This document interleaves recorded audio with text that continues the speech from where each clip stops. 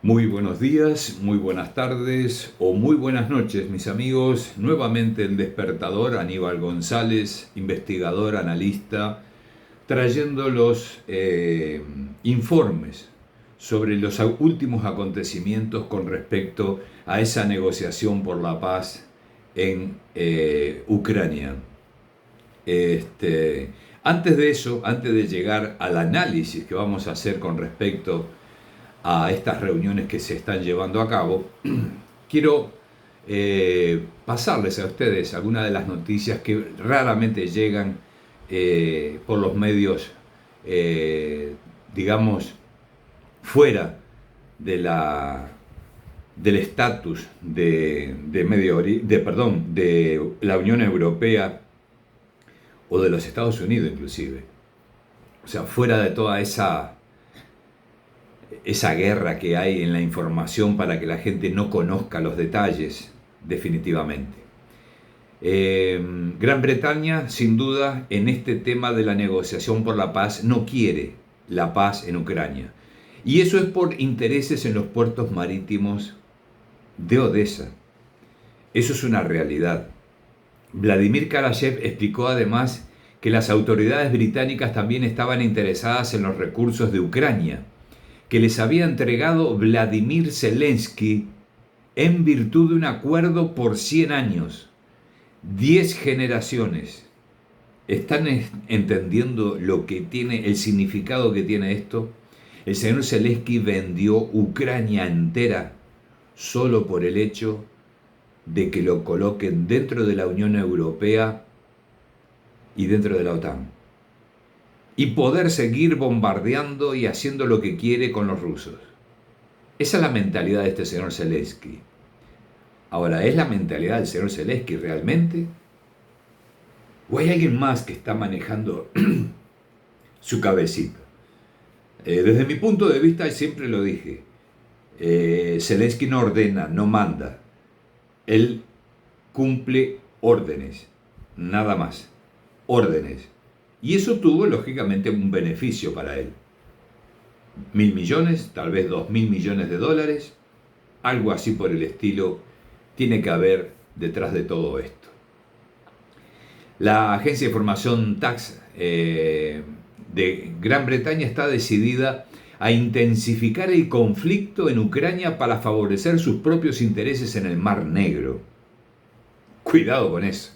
Según el politólogo y experto en relaciones internacionales Vladimir Karashev, el país europeo pretende ejercer influencia en la región utilizando los puertos de Odessa, incluidos los planes de establecer una base naval en la ciudad. Yo les dije el año pasado, mucho antes de este análisis de este colega Vladimir Karashev, yo les dije el año pasado, en enero del año pasado, de lo importante que era para la OTAN, no solamente para Reino Unido, para la OTAN era importantísimo el Oblast de Odessa en su conjunto total, por los puertos que tiene allí. No es un puerto, a ver si nos entendemos, no es un puerto que tiene Ucrania en Odessa, son varios puertos. Y esos varios puertos son de interés total y estratégico para la OTAN, y en este momento, al haberse repartido un poco, al estar ofendidos con Estados Unidos, el Reino Unido ahora insiste con más razón para apropiarse de esos puertos. Ellos no quieren las tierras raras, ellos quieren el puerto de Odessa. Y es ahí donde viene lo que yo les vengo diciendo hace muchísimo tiempo, de que Odessa estratégicamente para Rusia sí o sí tiene que quedar bajo gobierno ruso, absoluto, total. Ucrania tiene que quedar sin salida al Mar Negro.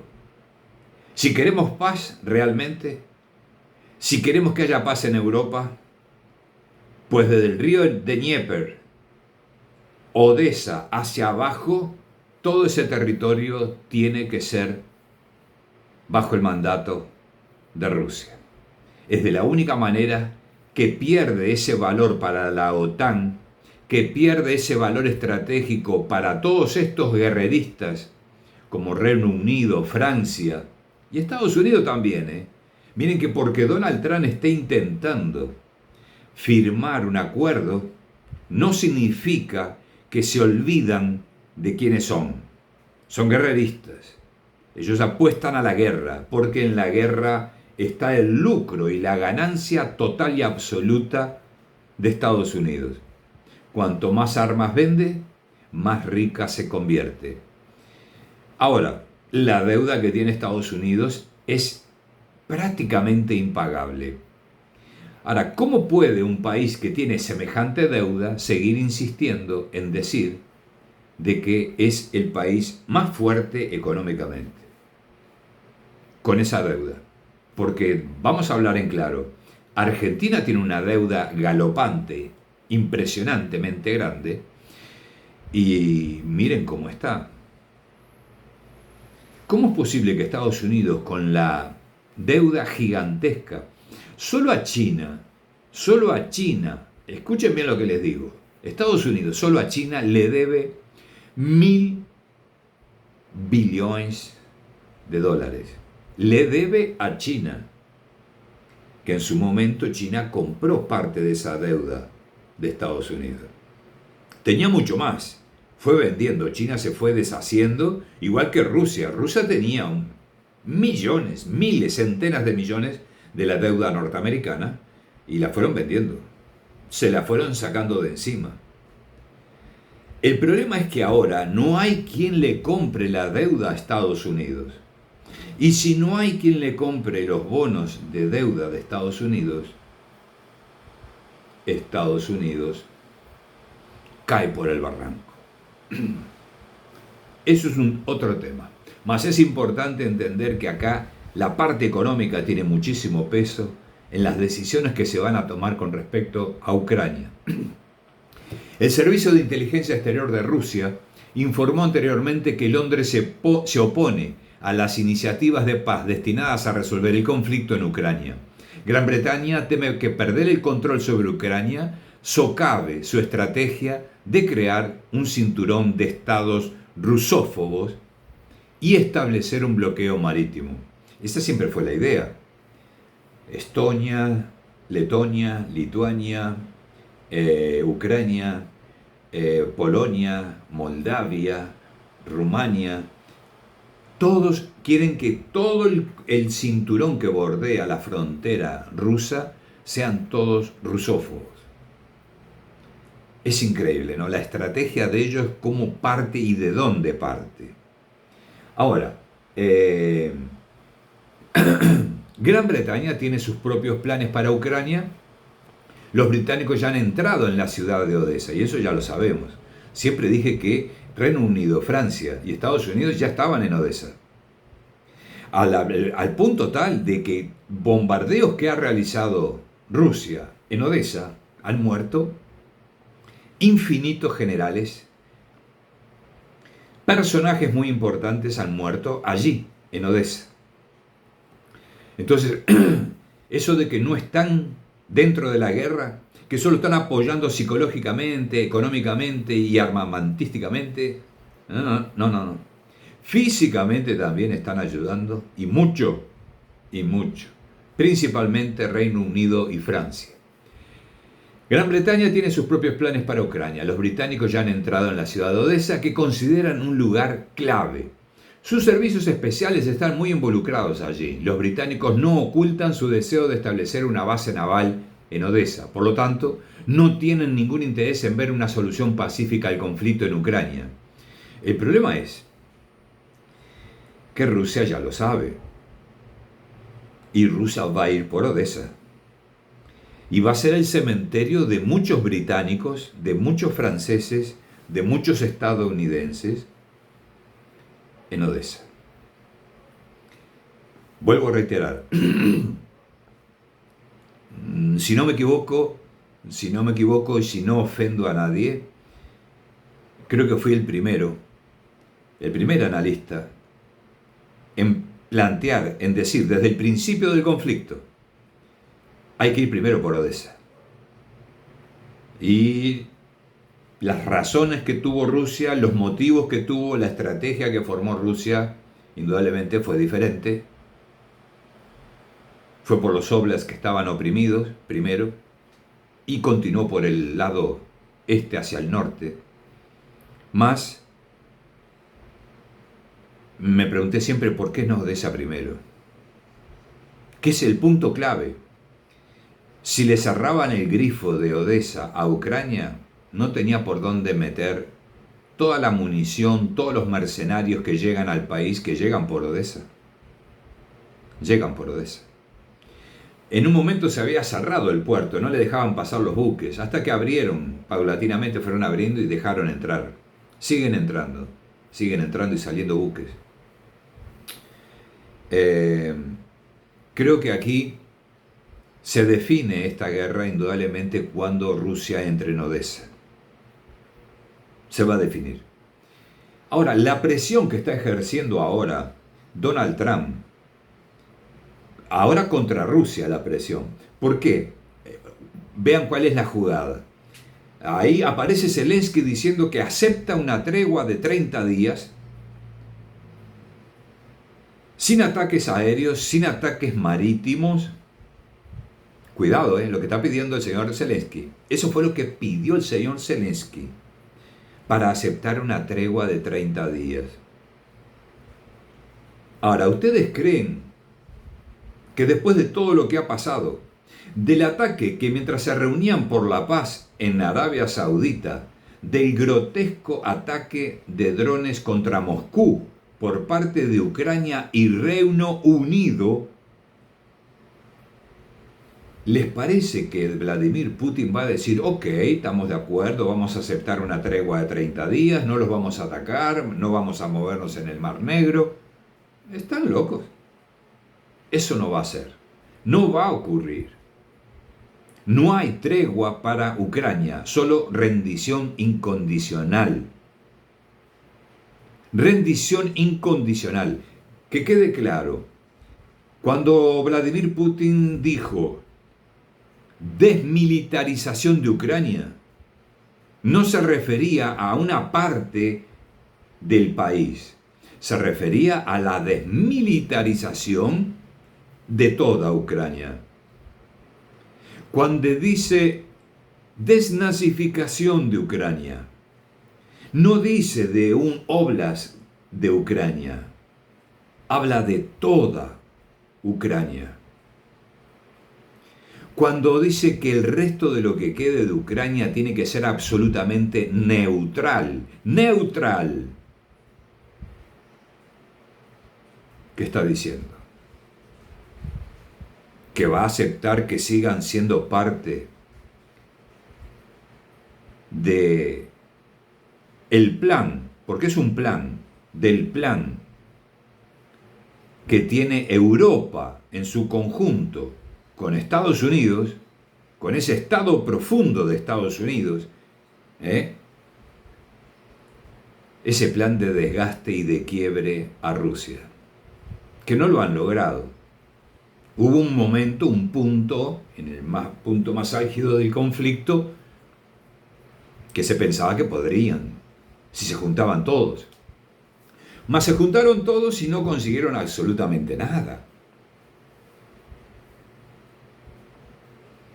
Entonces, creo que Vladimir Putin no va a responder satisfactoriamente a esta solicitud de cese al fuego. ¿Por qué? Porque no es confiable. Ucrania no es confiable. No es confiable.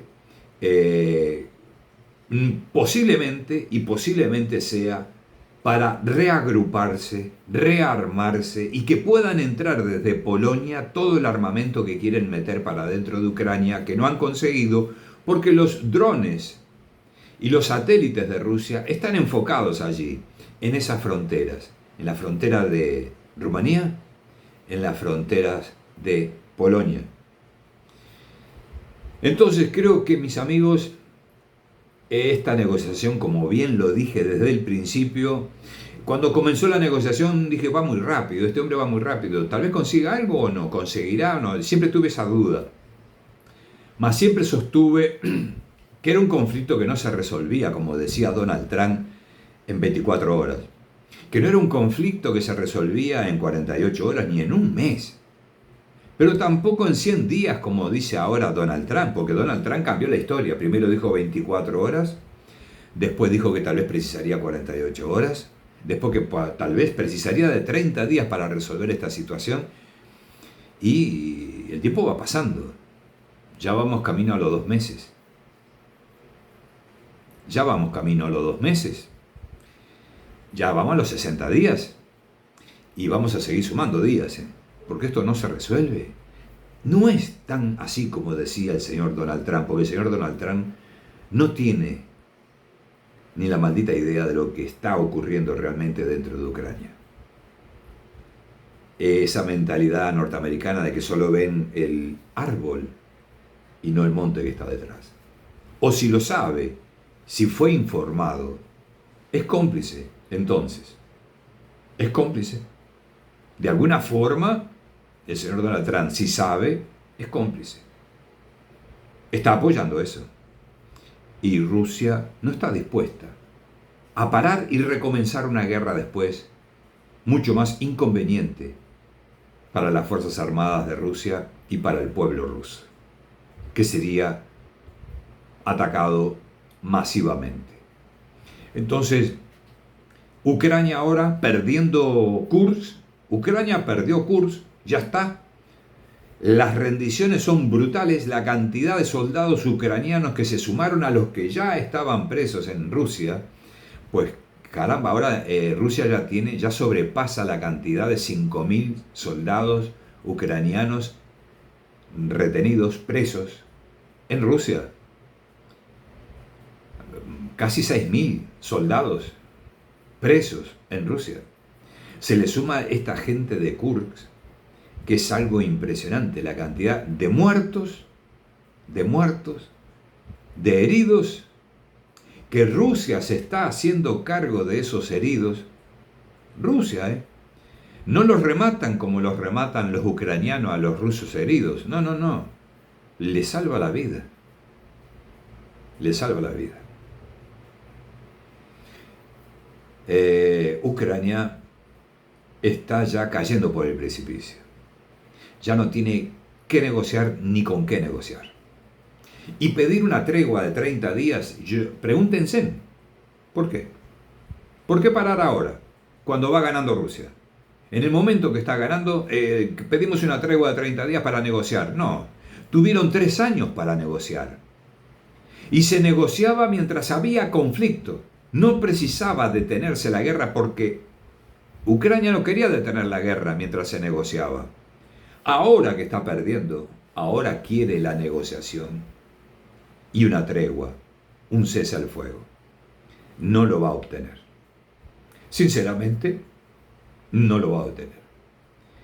Y como les digo, muchachos, ese frente, de acuerdo a aquel mapa que presenté en enero del 2024, un mapa propio mío, creado por mí, en aquel momento era lo que yo veía dentro de mi trabajo de investigación, de análisis, viendo cómo operaba el ejército ruso con sus errores, con sus aciertos. Yo veía de la forma que se movía y me fui creando un mapa en mi cabeza, y estoy seguro que ese mapa es el final de la guerra. Y cuando después lo veamos, si Dios quiere, y cuando después lo veamos, y va a ser así definitivamente, estarán de acuerdo, los que no lo vieron así, estarán de acuerdo que aquel mapa fue una premonición por parte mía, sin saberlo, solo basándome en datos, en estudios, en mucho trabajo, en muchas horas sobre este conflicto. En ese programa de Miguel Ruiz, cuando presenté ese mapa, por primera vez lo presenté en el programa de Miguel Ruiz Calvo, ahora últimamente lo presenté en el canal de Roberto de la Madrid, en Detrás de la Razón, por haber sobrepasado 1.020.000 visualizaciones, vistas. Pasamos el millón en esa entrevista que me hizo Miguel Ruiz Calvo, un gran amigo, un gran amigo. 1 hora y media de programa en la que hablamos sobre Ucrania, me permitió hablar libremente en su canal, exponer todo lo que yo tenía. Eran casi 65 páginas de análisis que yo había creado en aquella época, en aquel momento. Y en base a ese trabajo de investigación, de análisis, había llegado a esa conclusión que lo expuse en ese mapa. Ese mapa que ahora mostré hace una semana atrás, lo mostré en el programa de Detrás de la Razón de Roberto de la Madrid, grande amigo también, al que le debo muchísimo, muchísimo. Gran amigo. Presenté ahí ese mapa para que la gente entendiera cómo se estaba dando prácticamente una premonición de los hechos, de lo que yo presenté en aquella época que iba a ocurrir en Ucrania y de lo que está ocurriendo hoy. Entonces, no es a partir de junio cuando lo presento en el programa de Miguel Ruiz, sino cuando yo lo hice, que fue en el mes de enero del 2024. En enero del 2024, yo ese mapita mío lo subí en Twitter, lo subí creo que en Instagram, más sin dar mucho detalle, ¿no? Yo puse solamente, así veo Ucrania próximamente. Fue todo lo que puse en aquel momento. Cuando Miguel Ruiz me invita a su programa en junio del año 2024, mucho antes de que tomaran curso, inclusive los ucranianos, vino la pregunta directa que también Miguel percibió que había algo allí. ¿Por qué algo allí estaba no cerrado totalmente, ¿no? Y él me preguntó: Aníbal, ¿por qué Sumy está así? La ciudad de Sumy. Y ahí fue donde le expliqué en el programa de Miguel de que ese era un lugar que iba a ser demasiado importante, donde se iba a tratar de resolver, y Rusia iba a tener que resolver si se quedaba con toda esa área o no. Y eso está ocurriendo hoy. Sumy está rodeada, va a ser tomada prácticamente, ya está prácticamente tomada Sumy, prácticamente. Entonces, aquello fue una premonición, más que un análisis, fue una premonición acertada. Y discúlpeme, lo digo humildemente, mas fueron muchas horas de trabajo. Quiero que entiendan que yo estuve 16 horas por día estudiando todo esto, estudiando muchísimo todo esto para llevarles a ustedes análisis concretos, reales, verdaderos, y no filosóficos, no técnicos, que no dicen nada, que no apuestan nada. Y yo aposté. Y bueno, tuvimos suerte. Las cosas se están dando de esa manera. Yo estoy feliz, sinceramente, porque confirmo que no fue en vano todas aquellas horas, hasta altas horas de la madrugada, a veces hasta las 5 de la madrugada para irme a dormir a las 6 de la mañana. Creo que no estuvieron perdidas, dieron su resultado. La gente no para de enviarme mensajes diciendo que consiguieron ver ese programa, que no lo habían visto, que lo consiguieron ver, que es impresionante, que cómo sé, quién es mi base de información, quiénes son mis informantes, de dónde es mi fuente. Y sinceramente, más allá de que pueda haber una fuente o no, que nunca vamos a decir quién es la fuente, ¿no? Indudablemente. Pero más allá si hubiera o no, es el trabajo, es la realización de un trabajo enorme. Y no fui solo, Conste que no fue Aníbal solo trabajando en esto, Tuve ayuda enorme de gente clasificándome noticias, yendo mucho más atrás, inclusive. Fuimos a la guerra de Rusia en Afganistán, a ver cómo Rusia implementaba las luchas suburbanas. cómo hacía, qué no hacía, por qué perdió en realidad. Estudiamos muchísimo, muchísima información, muchísimo. Eh, la guerra de Chechenia, todo eso lo estudiamos a fondo. Fueron muchas horas en reunión, 4 o 5 que éramos en ese momento, planteándonos, pensando, uno decía una cosa, el otro otra, yo pienso esto, yo digo esto, aquello. Así fue como llegamos a esta conclusión. Mas fue un esfuerzo gigantesco, créanme que fue un esfuerzo gigantesco y no paro de agradecerles a ustedes la respuesta que hubo, porque vamos rumbo a los 2 millones de visualizaciones, algo inédito, algo increíble, que una entrevista llegue a tanto, que no hay histórico ninguno, de que una entrevista a un analista haya subido tanto, haya escalado tanto, haya sido de tanta importancia en un público gigantesco. Lo normal son 400.000, 500.000, tal vez 600.000 visualizaciones. Pero 1 millón, rumbo a 2 millones, como vamos rumbo a 2 millones. Difícil, no conozco, sinceramente no conozco. Pero gracias a ustedes, gracias a ustedes, porque lo mío fue mi trabajo. Ese es mi trabajo, tratar de llevarles la información correcta, el trabajo y el estudio y el análisis correcto para ustedes. Y gracias a ustedes por ese apoyo, gracias por esas opiniones que leo todos los días. A veces, miren, sinceramente, me paso 2 horas dedicado expresamente a responder a toda esa gente, porque no consigo responder en un día, ni en 2, ni en 3, ni en meses. Es mucha gente. A todos quiero responderles, a todos quiero darles las gracias por ese apoyo infinito. Llega gente nueva que me dice, Aníbal, no lo conocía, recién lo conozco, ya estoy en su canal, ya tengo esto, ya tengo lo otro, en fin. Gracias, sinceramente gracias. Como ustedes saben, yo no cobro, no recibo nada, no pido dinero, ni YouTube siquiera, ni monetizo, porque no tengo monetización ninguna en YouTube.